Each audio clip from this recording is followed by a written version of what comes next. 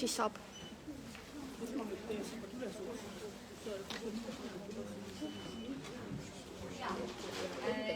Tere õhtust kõigile, kell on saanud 5 ja meil on hea meel näha teid kõiki. Siin minu nimi on Jaanika Palm, aga see, mis on minu nimi, ei ole täna üldse tähtis. Tähtis on hoopis see, et Jaanus Vallisool ja Katrin Kaeval on valmis saanud uus raamat, üks imekena raamat, king number 43. Tere, Jaanus! Tere! Tere, Katrin! Tere! Tere! Ilmselt on siia päris palju kogunenud neid inimesi, kes teavad, et see ei ole Jaanuse esimene raamat ega mitte ka esimene raamat selles sarjas. Aga enne kui me selle raamatu juurde läheme, ma võib-olla räägin sissejuhatuseks ühe loo, mis minuga täna hommikul juhtus. Nimelt ärkasin ma täna hommikul kell 4:50 Tartus, et sõita Tallinnasse Jaanuse raamatu esitlusele. Nii vara juba. Ja ma olen harjunud ikkagi põhjalikult valmistuma. Ja nägin, et meil oli Tartus lumi maas ja kogu see aeg, kui ma sõitsin sealt oma autoga siis Tartu bussijaama, ilusasti lund sadas. Jäin magama ja siis enam und ei saa, kui ma Tallinnasse jõudsin. Et kohe tuli nagu selline hea soe tunne sisse sellest lumest, et selline üritus on täna õhtul ees. Ja see raamat algab ka ju tegelikult lumesajuga, et kuidas niimoodi juhtus, et see lumi seal kohe sadama sai. See esimene lumi. Ja tegelikult mul oli, ma seda tükk aega välja ei öelnud, aga tegelikult mul peas oli ammu juba see mõte, et 5. osa ehk siis 43 jääb selle kingasarja viimaseks. Ja ega ma nüüd nii tehniliselt seda välja kõike ei mõelnud, et aga mingisugune selline jälg lumel oli mul ammu kuskil mälusopis tallel. Et ma teadsin, et ma kasutan selle ükskord ära ja nii see tuli. Ja. Seal on võib-olla ka mu enda mälestus, et tõepoolest, et kui ma olin ise väike poiss, siis esimene lumi tuli päris varakult. Et see, et oktoobri keskel esimene lumi tuli, see oli pigem normaalne. Et nüüd, kui on detsembri keskpaik varsti ja lund ei ole, see ei ole väga normaalne. Et tegelikult see sari sai ju alguse päris jupp aega tagasi, et meil on kõik need kingaraamatud siin ilusasti väljas, et esimene ilmus siis aastal 2019 juba. Ja ma vaatasin selle kõige värskemal trükil ongi sees, et see on 6. trükk, et see on ilmselt olnud päris menukas raamat. 39, eks see kipub olema võib-olla nende sarjade selliste esimeste raamatutega ikka nii, et seda loetakse kõige rohkem. Et õpilased on ka, ma olen aru saanud, eks ma käin koolides päris palju ju kohtumas lastega ja siis ikka tegelikult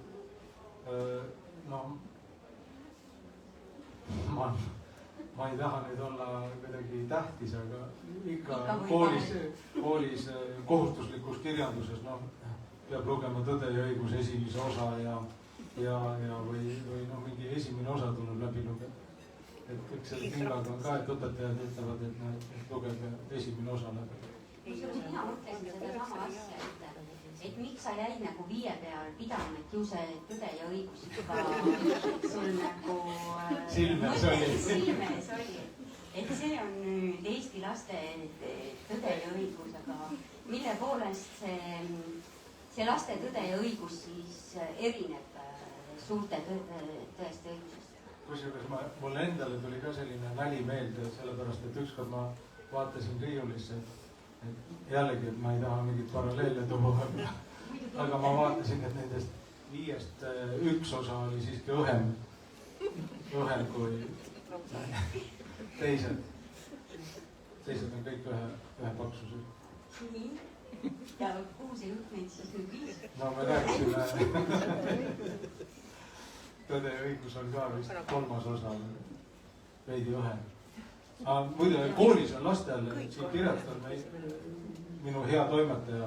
Piret võib kinnitada, et lastel on see väga tähtis, et nad küsivad alati, et mitu lehekülge on raamatud. Eriti tänapäeval, et nad et neid on isegi nagu liiga palju saanud kokku. Et ükski laps ei jõua kõiki läbi lugeda, nagu väga vähesed jõuavad tõe ja õiguse algusest lõpuni. Tublimad lapsed jõuavad läbi lugeda. Aga kui nüüd vaadata, et siis esimeses osas on see peategelane Paul Viies, käib 5. klassis ja ta on vahepeal päris palju kasvanud, tema jalanumber on päris palju kasvanud, palju pikkuse osas.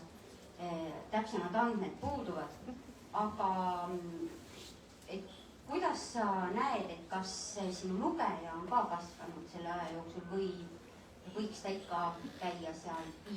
klassis?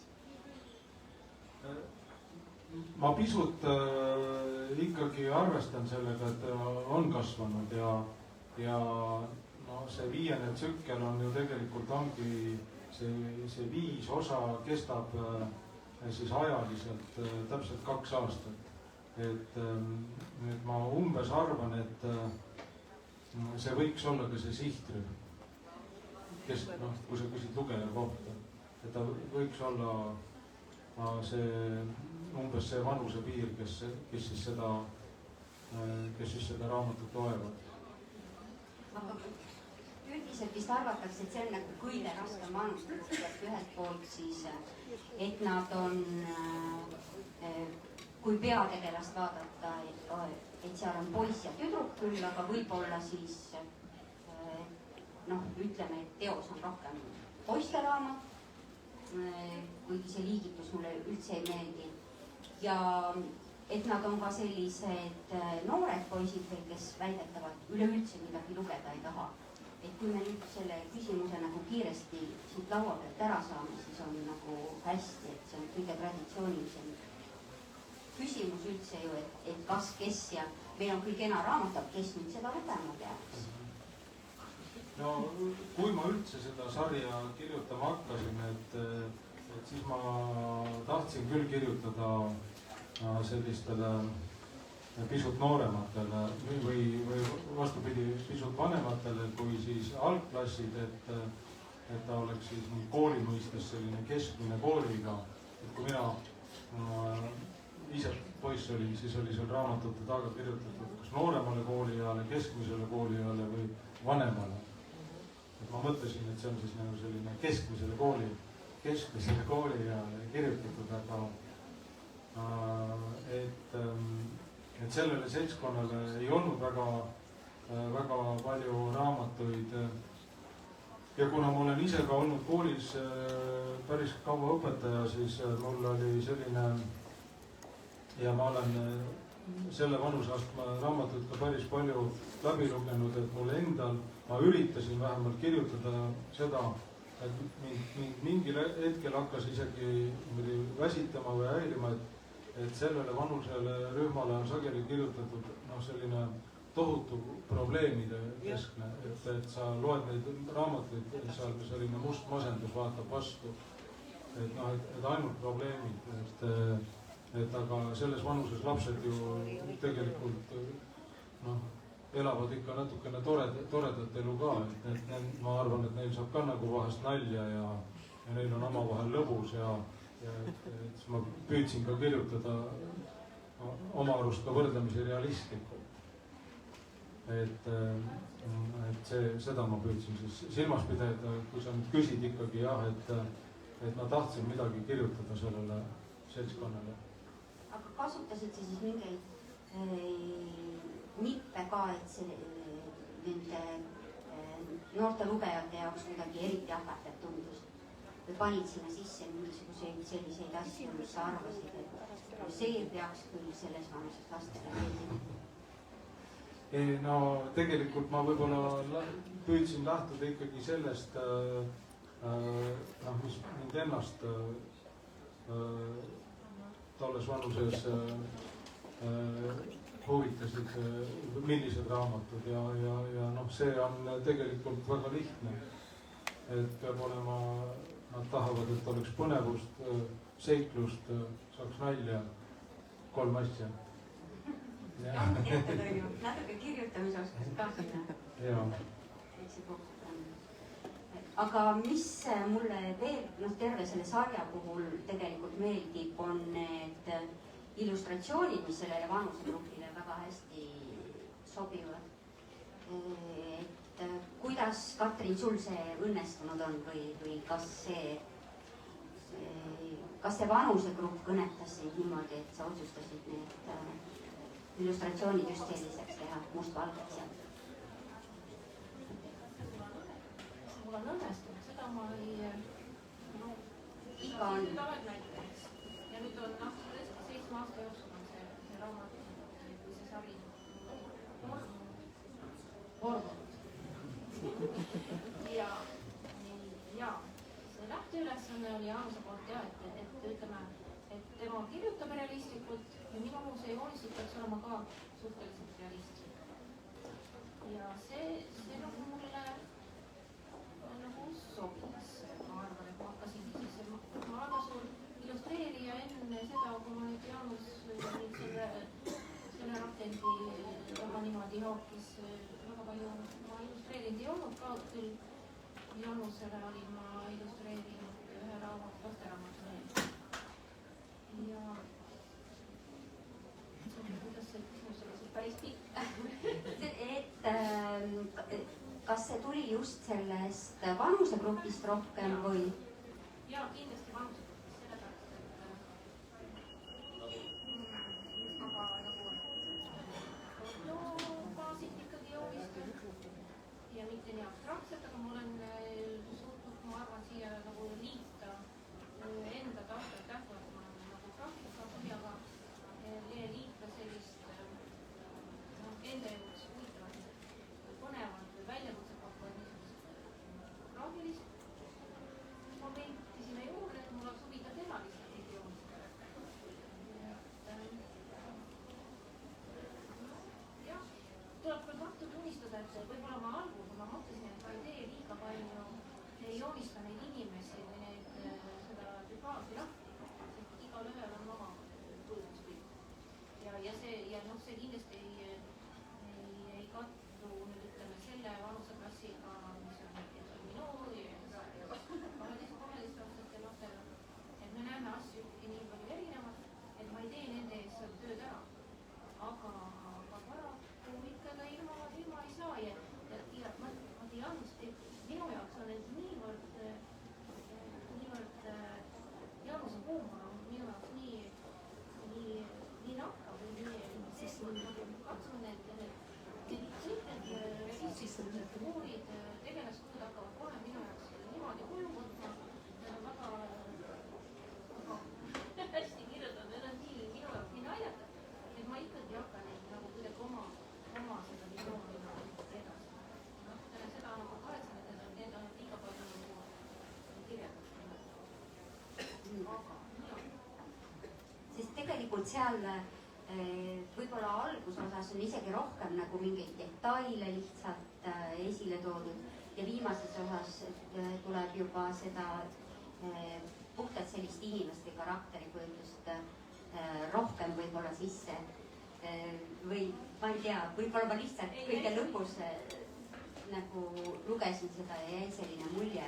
No vaat need pidurid olidki mul algul võib-olla siin rohkem peal, et ma mõtlesin, et ma olen väga vähe, et väga napid, väga väiksed, aga pärast midagi see vallandus ja need, kes nüüd rohkem teavad, et sealt tekivad ju nüüd tulevad nüüd tegelaskujud sisse, et keda on raske mitte kirjeldada ja need olid nagu lähtud.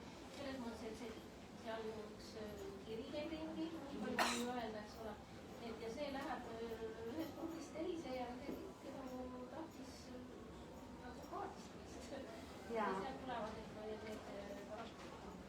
ja tegelikult oli väga põnev, et kui me käisime kevadel Bolognas ja need varasemad osad olid seal väljas, siis väga paljud huvilised tulid tegelikult kogu selle kirevuse kõrval just seda mustvalget raamatu illustratsiooni vaatama.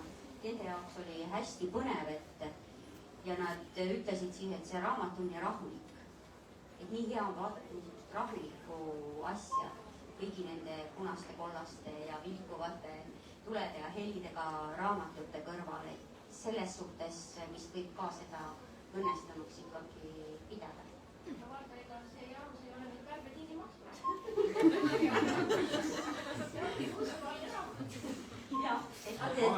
Kaaned on üsna värvilised. Välja arvatud see viimane, mis poe selle... Viimane ei ole õnnetada, jah, siin on näha kõik.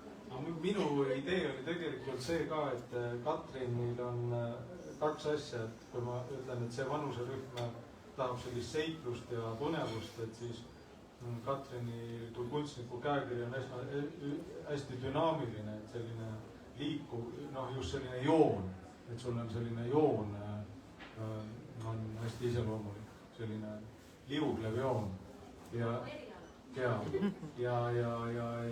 teine asi, et see on juba nagu ka selline vanuserühm, kus ma tahtsin ka, et ma püüan alati niimoodi oma selles mõttes lugejasse niimoodi suhtuda, et ta on veel minust hulkmaalt noorem, aga et ma ei alahindaks teda, et ta on juba päris suur, et ta on ikkagi, see on selline vanus, kui ta hakkab suureks saama, ta ei ole enam tita ja sellepärast on ka see võib-olla illustratsiooni ja Katrini käekiri just selline, mis minu arust ei alahinda seda noort lugejat, vaid annab talle ka palju sellist kujutlusruumi. Ja tegelikult see sinu kõige esimene raamat oli ka hästi nappide joonistustega, et kui me meelde tuletame, sa oled 25 aastat lasteraamatuid kirjutanud, on ju, et 4 hommikut ja 1 õhtu ilmus aastal 2000. Ja seal on ka hästi napid ilmad, rullipildid ja samamoodi mustvalged. Et miskipärast ta kuidagi toob väga toreda paralleeli nagu selle ajaga. Aga huvitav asi, mis mul veel selle 4 hommiku ja 1 õhtuga võrreldes silma hakkas, et su perekonnad on väga väikseks muutunud raamatutest. Paul üksiklaps, Minna üksiklaps. Atsil oli ka üksik või? Jaa, ma üldiselt püüdsin keskenduda just nendele peategelastele, et ma ei hakanud nende perede kallal nagu väga orgitsema. Et tooma veel mingid kõrvalliine, eks, et kuidas seal siis selle Pauli peres, seal oli ikkagi vihkamisi, seal ema vilksas läbi, eks ju, isa ka, esimeses osas vähemalt isa vilksatas ka ja nad olid kuskil taustal olemas, aga ma meelega ei toonud neid sisse, et mitte paisutada seda, vaid ikkagi keskenduda ikkagi nendele tegelastele. Sest nendest täiskasvanud niikuinii tulid sisse, ütleme siis Minna isa ja siis Hugo ja Katja. Ja järgmine küsimus viibki mind Hugo ja Katja. Miks selles viimases raamatus oli Hugost ja Katjast nii vähe? See tähendab, Hugo ja Katja lugu oli juba ära olnud. Et tähendab see nende suur armastus. Et aga lugejad küsisid ikkagi, eriti tüdrukud, kui ma koolis käisin. Et Paul, kes on lugenud neid varasemaid osasid, et Paul oli küllaltki selline uie noor poiss. Ja talle meeldis see Minna, kes oli selline hakkaja ja tragi tüdruk ja ta sai Minnaga väga heaks sõbraks aga ta ei osanud sellele Minnale kuidagi läheneda. Ja mingil hetkel see Paul mõtleski, et nendest ongi saanud nagu head sõbrad, aga sealt nagu et võib-olla on nagu mingi piir ületatud, eks, et Minnast on saanudki talle nagu rohkem nagu õde ja et sellest loost ei saagi midagi tulla. Ja siis ikkagi ju käin seal koolis kohtumas ja siis tüdrukud küsivad, et kuidas selle looga siis ikkagi on, et mis neist siis saab ja nemad loevad ja tahaksid teada ja et niimoodi on juba nagu, noh, nii ma viilisin ära, ütleme nagu 4 osa, eks. Võiksin niimoodi pool naljaga öelda. Aga tegelikult see ei ole naljaga öelda. Paul oligi oma olemuselt ju selline tagasihoidlik ja ta kadestas Atsi, oma pinginaabrit, kes kuidagi nagu väga vilunult nagu nende tüdrukutega suhtles ja Minnaga ja kõik. Aga tema oskas peast arvutada, eks ta oli suurepärane matemaatik ja isegi ju need Summa ja Ploom hüüdsid teda seetõttu känguruks, eks natukene halvustavalt ja no siis talle meeldis ka see kingapool müüa Ekateriina, eks, et aga kõik see oli selline platooniline armastus, et ta nagu vaikselt talle meeldisid need, eks.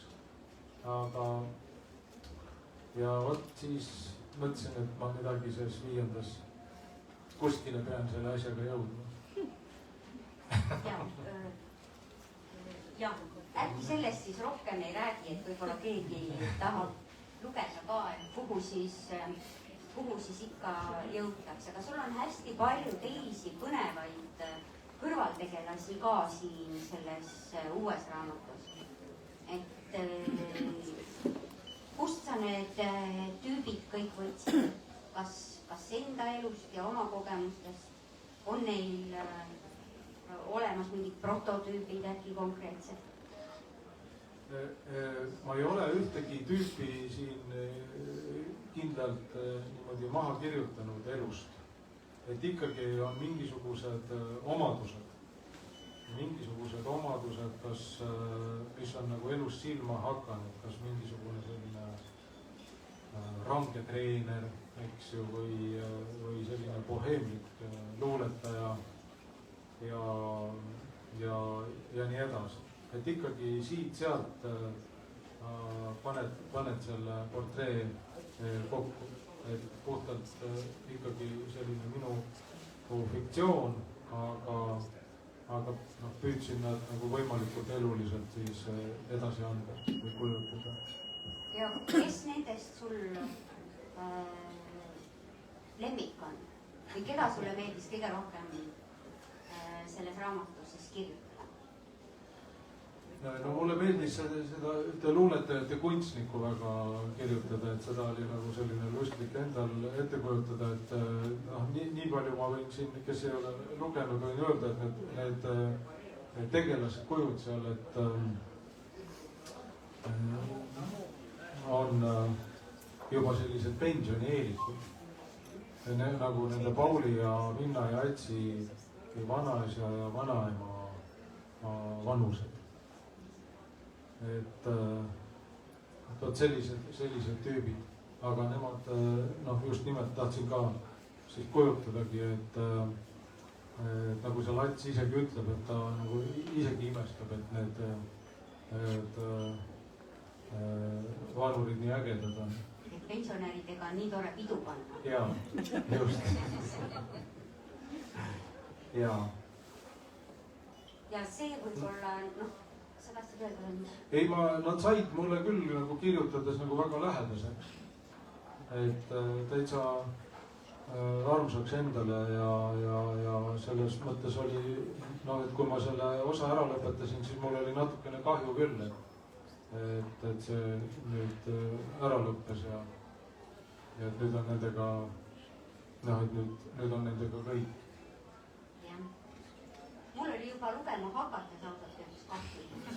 Et see on nagu viimane osa ja siis ma püüdsin ikka niimoodi jagada, et mul jätkuks seda raamatut siis mõneks ajaks, aga väga venitada ka ei õnnestu miskipärast selle raamatu lugemist ei õnnestu niimoodi venitada, et tahaks nagu ikkagi teada saada, et mis juhtub või mis asi nende kirjadega on, mis Pauli kätte satuvad ja kuidagi siis, et kuidas sa ise tunned, sa ütled, sul oli natukene kahju, et kas sa ise püüdsid kirjutades ka natukene venitada, et panen veel ühe kirja juurde, viiakse veel ühte kohta see kiri? ei, tegelikult oli vastupidi, mul oli neid variante rohkem ikkagi laual, et siin see ring oli natukene suurem. Et võib-olla me siin omavahel teame, aga kes ei ole lugenud, et tegelikult jah, mul neid tegelaskujusid oli rohkem, 10 või rohkemgi, et aga ma tegin selle valiku, et ta mitte väga pikaks ei veniks ja ikkagi nagu see pinge püsiks. Ja siis mille järgi sa valisid siis need, kas nende kohtade järgi, kus nad Eestis liiguvad, et tegelikult sinu raamatutes ju on seal Ida-Virumaa sees, eks ole, nüüd on seal Viljandi, Pärnu, Tartu, Tallinn. Et mõned kohad on veel käimata ka tegelikult. On, päris palju. Et ma püüdsin jah sellise väikese ringi teha, et see tegelaste galerii või kellega nad kohtuvad siin raamatus, et see saaks ka tegelikult hästi eriilmeline, et kellega nad kohtuvad. Et nad ongi väga natuurid ja iseloomud ja kõik on väga erinevad. Hästi palju vihjeid on sul tegelikult selles raamatus mitte ainult kohtadele, vaid ka teistele inimestele, kirjandusteostele. Ja selliseid natukene enda jaoks nalju on nagu tore teha. Et neid on nagu lõbus kirjutada, et kui sa mõtled siin, nüüd selleks ma tõingi nagu selle viite Keraneni supilinna salaseltsile, siis justkui nagu märkamatult nagu see olekski päriselt. Ja seal on just nagu see koerte kaudu see asi lahendatud, aga muidugi, mis mulle nagu nukker või kurb oli või mida mina oleks tahtnud rohkem sealt raamatust saada, oleks tahtnud seda Valterist rohkem kuulda, et mulle see Lendorav raamatus väga meeldisid Valteri käigud ja mõtted. Siin oli Valterit oli nii vähe. Jäi natuke väheks, et võib-olla järgmine raamat võiks temast eraldi olla. Ja sellele ma ei ole mõelnud, tegelikult ta oli tõesti selline tark koer ja iseseisva mõtlemisega ja talle tunduski inimesed ikkagi, sellele ma olen mõelnud, et meie meeled on ju tegelikult jäänud nagu väga töntsiks, et koerad kindlasti siin haistavad ja näevad ja maitsevad ju tunduvad nüansirikkamad kui inimesed, et selleks ta natukene inimesi ka põlgas, et inimene on suht tuim elukas koeraga võrreldes.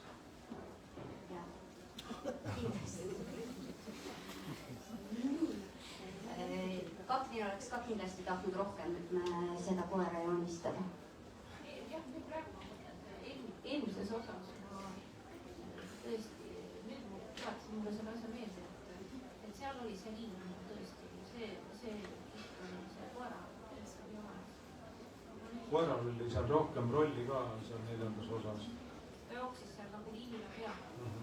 Aga nüüd oli jälle see kuidagi see tempo oli üles tõmmatud kuidagi teistmoodi. Ja võib-olla isegi see koer seal segimas oleks võib-olla nagu jalus oleks. Ma mõtlen liinist veel. Vanainimesed olid väga niimoodi värvikad ja need nagu tulid see nagu läks nagu tuule ilmis korra maast lahti puhutakse see läheb tõmbul ennast nagu see liiva kaasa, et seal ei ole otse ka, et läks lõpuni enne väre, siis lõpus vaatab koera. Valter väsis sellest kõigest lõpuks ära ka.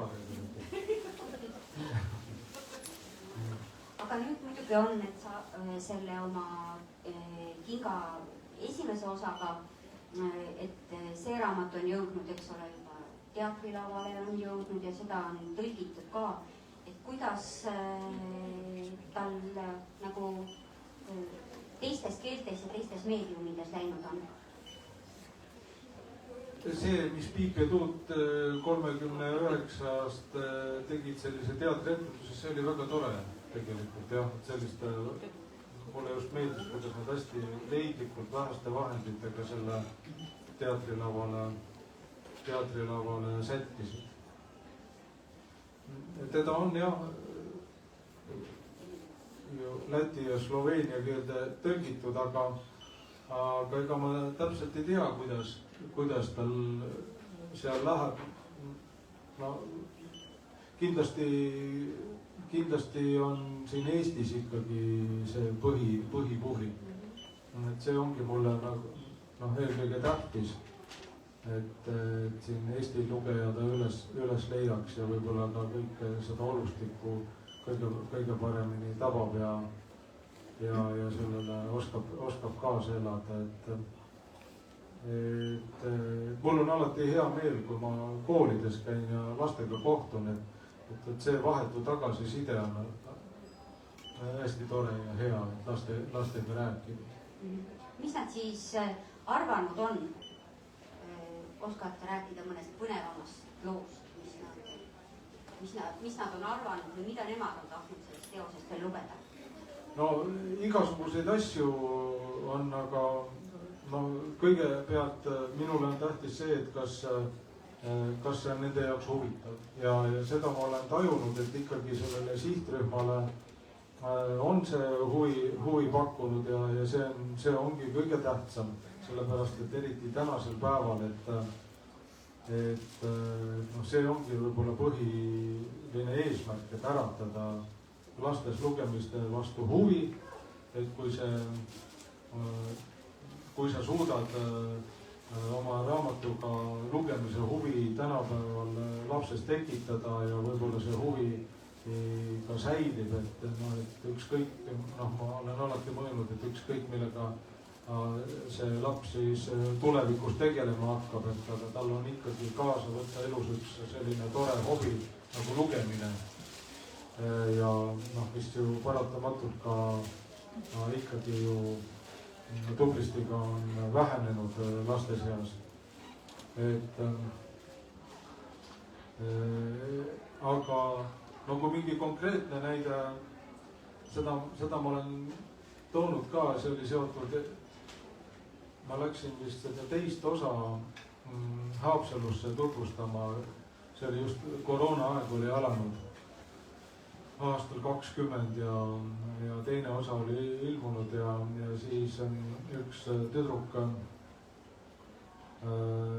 ütles, ma rääkisin sellest, et seal oli ju see kingapoe müüja Kadja ja nagu ma olen ikkagi tahtnud, et mul see geograafia on üsna täpne ja ma olen alati mõelnud selle all siis seda Nõmme kingapoodi, mis nüüd kahjuks kinni pannakse detsembri lõpus, et lõpetab oma töö, et tegelikult selles mõttes nagu topeltkahju, et seda oma esimest 39 ma käisin seal kingapoes esitlemas ja seal on väga toredad müüjad, prouad.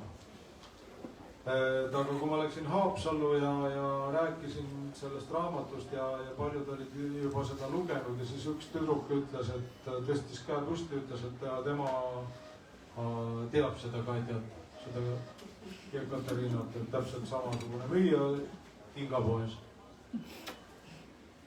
Siis ma nagu ei osanudki midagi öelda. Tähendab, ma algul nagu jäin nagu ka nõutuks, et sest ta nii veendunult ütles, et see müüja on ja ta arvaski, et ilmselt ma olen kirjutanud sellest samast kingapoe müüjast.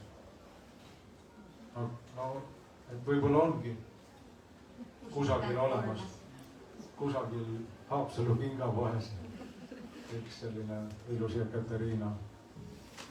Kas sa mingit tagasisidet oled ka arvesse võtnud, kui sa järgmisi osi oled kirjutanud? No niimoodi otseselt ei ole, jah. No sellest arvuloost ma natuke rääkisin. Järelikult ikka oled. Kui lugejad tahtsid, siis tuli natukene vastu tulla. Aga see on olnud päris pikk selline periood, et mis sa ise oled selle aja jooksul õppinud või mingeid põnevaid asju teada saanud, kui sa seda raamatut oled kirjutanud või neid raamatuid? No sellist pikka sarja kirjutades tegelikult päris palju. No ma pean ikkagi, kui ma tean, et ma mingisugused tegevusliinid sinna sisse toon, noh kõige muidugi mahukam eeltöö oli selle mainitud kõige õhema teosega, see King number 42, mis siis räägib siin Alutaguse metsades läheb see tegevus lahti, kus nad lähevad ühe professori juhtimisel lendoravaid otsima, lendorava elupaiku. Ja selleks ma tõesti siis võtsin siin eelmine aasta, ma seda esitlesin, siis oli ka Uudo Timm siin esitlusel, ma võtsin ennast Uudo Timmile sappa. Ma käisin temaga koos kevadel neid lendorava pabuled otsimas ja see mulle hakkas nii meeldima varakevadises metsas otsida lendorava ümber haavapuude lendorava pabuleid ja siis ma järgmine kevad käisin ka ja siis mind kirjutati juba ühte projekti sisse. Nii et ma olin nagu, isegi see projekti juht nagu ütles, et kuidas ta peaks mind nagu ametinimetuse panema, eks, et ma ei ole ju bioloog, eks, ega mingi lendorava uurija, aga samas nagu sinna tuli midagi kirjutada. Aga mul on siiski olemas magistrikraad, et ma olen küll kirjandusmagister, aga noh, ega seal täpselt ei küsitud. Niimoodi, et ankeeti kirjutati see sisse ja tähendab, ma õppisin tohutult palju ja lõpuks nad palusid ja ma kirjutasin siis vahepeal ka selle lendorava raamatu. Aga siis ma olen käinud veel näiteks tuttava mehega linaskit püüdmas, sest ma ise, mul oli väike ettekujutus, kuidas linaskit püütakse, aga ma ei olnud ise sellega kunagi tegelenud. Et siis me läksime linaskit püüdma, see on King number 40 ja et noh, veel vanas eas õpib niimoodi tänu kirjutamisele päris palju uusi asju selgeks. Mesilaste pidamist? Mesilaste pidamis, see tuleb jälle lapsepõlvest, seda ma oskan vist tänu sellele, et mu isa pidas mesilasi ja kui ma olin väike poiss, selline 9-10 aastane, siis minu suvevaheajad algasid alati sellega, et isa oli tööl päeval ja mina pidin siis, kui olid ilusad ilmad juunikuus passima mesilasi. Et kui nad heitsid peret, siis ma panin endale kitli selga, maski pähe, panin selle suitsuti põlema ja siis ma pidin need pered alla võtma. Kas siis põõsa küljest või kuskilt puu otsast ja vahest neid peresid tuli järjest mingi 3-4 päevas ja siis ma olin nagu läbi märg ja viisin nad kuskile sinna sahvrisse külma, isa tuli õhtul koju ajas nad puusse. Ma seda mesilaste värki lapsena tundsin hulga paremini kui nüüd. Et võib-olla ma nüüd ei saaks enam nii hästi hakkama kui siis. Aga see kuidas on seal vahet nagu, tegelikult sa alguses sa ei mõelnud, et sa kirjutad sarja, mis koosneb 5 raamatust. Sa tegelikult ikka järk-järgult kirjutasid neid juurde ja siis 5. raamatus võib-olla sõlmid need otsad kuidagi kokku, mis ka varasemates teostes olnud on. Et kuidas selline töö on olnud, et ta on kindlasti hoopis teistmoodi, kui kirjutada ainult ühte raamatut ühtede tegelastega ja seal punkt panna?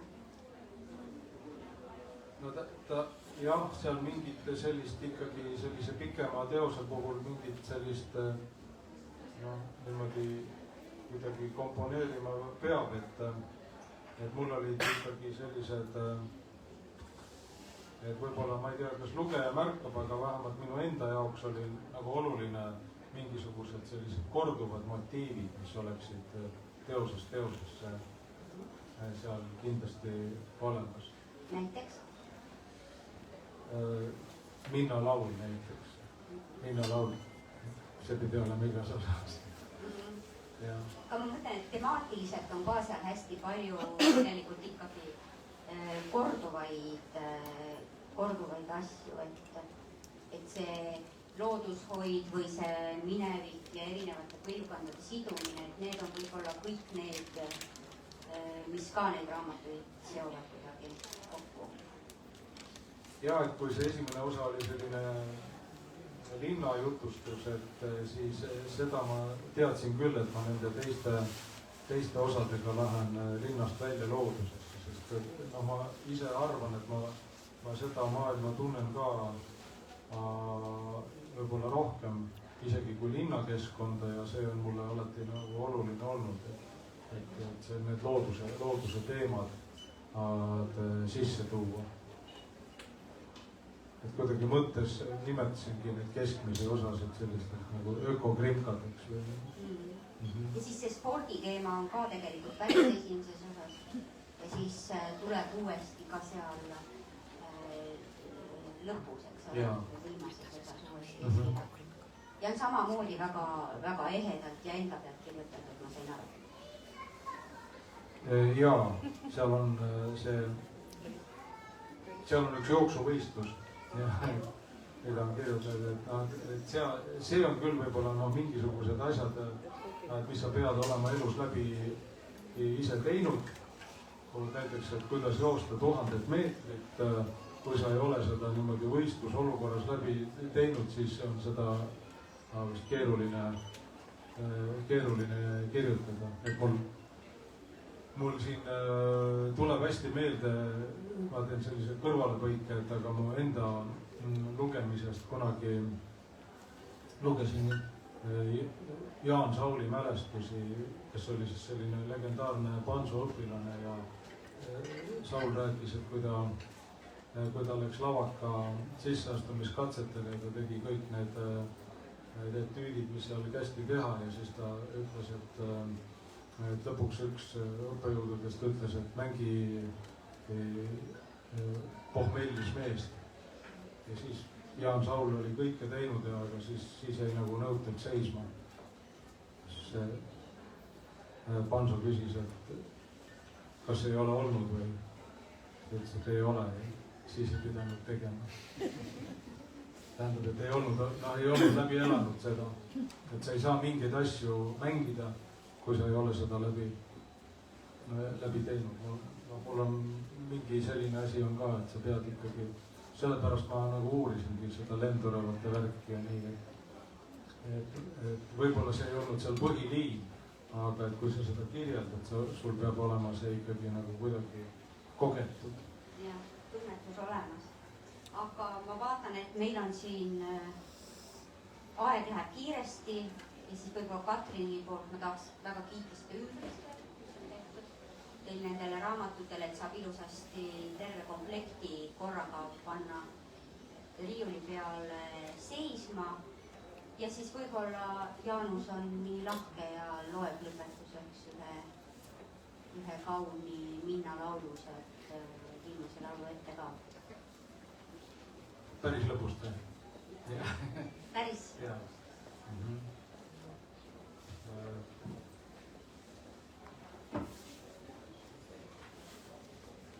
Või peaaegu päris lõpust, näinud kaali.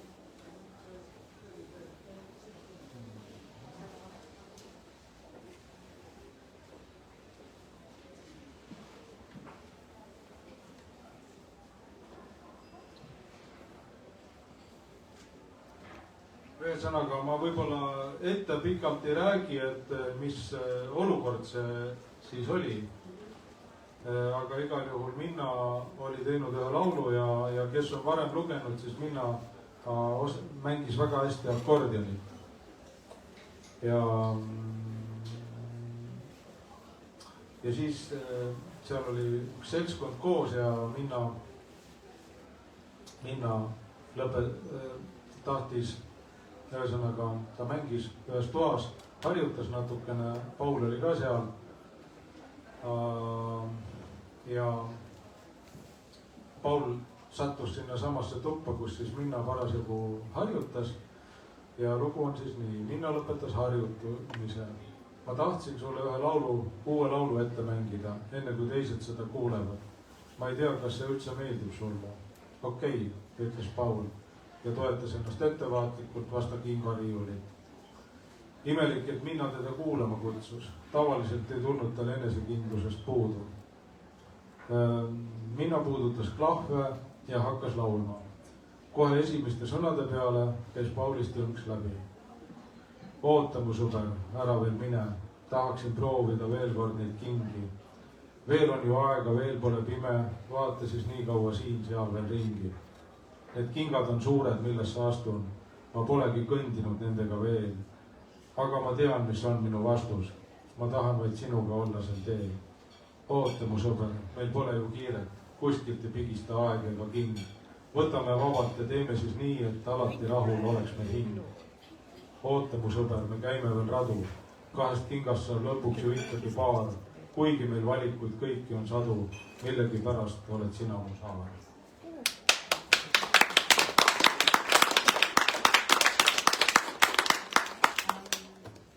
Aitäh, Jaanus ja Katrin selle ilusa sarja eest.